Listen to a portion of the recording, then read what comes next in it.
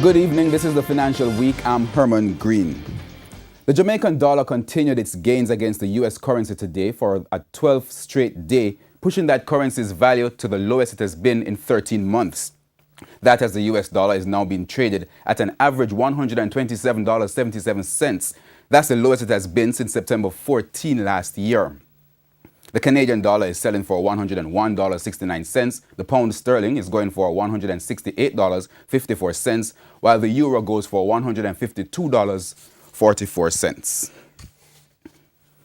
In a major push not usual in Jamaica, Mayberry Investments has indicated to Supreme Ventures that it intends to remove and replace 7 of its 11 board members.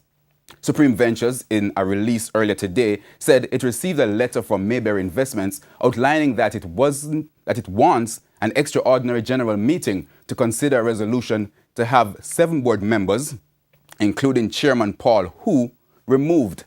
Mayberry has so far proposed replacing the directors with nominees of its own, including its chairman, Chris Berry, and CEO Gary Peart.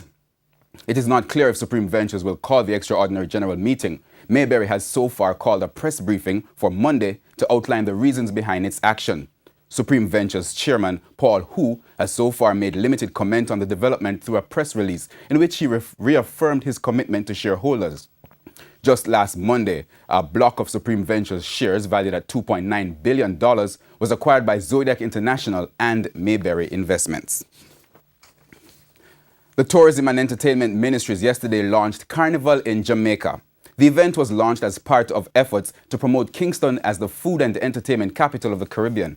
Tourism Minister Ed Bartlett also says it will help to retain more of the tourist dollar earned in Jamaica. Last Carnival, 2.3 million US dollars was in circulation in the city of Kingston and around. That's nearly 300 million Jamaican dollars. And if we double the size of Carnival, can you imagine? That's close to $1 billion Jamaican dollars in circulation. Who gets it? The little man. The hotels get a little bit. But the guys in the corner who sell the snow cone and the jerk chicken and the jerk pork, the guys who use their back room for Airbnb and for other kinds of accommodation. Carnival 2018 will be celebrated over 10 days from March 31 to April 8. During Carnival last year, Kingston saw a 22% increase in visitor arrivals. Mr. Bartlett says Carnival will help to ensure Jamaica's tourism product is no longer seasonal and help the country to welcome 5 million visitors by 2022, earning the country $5 billion US.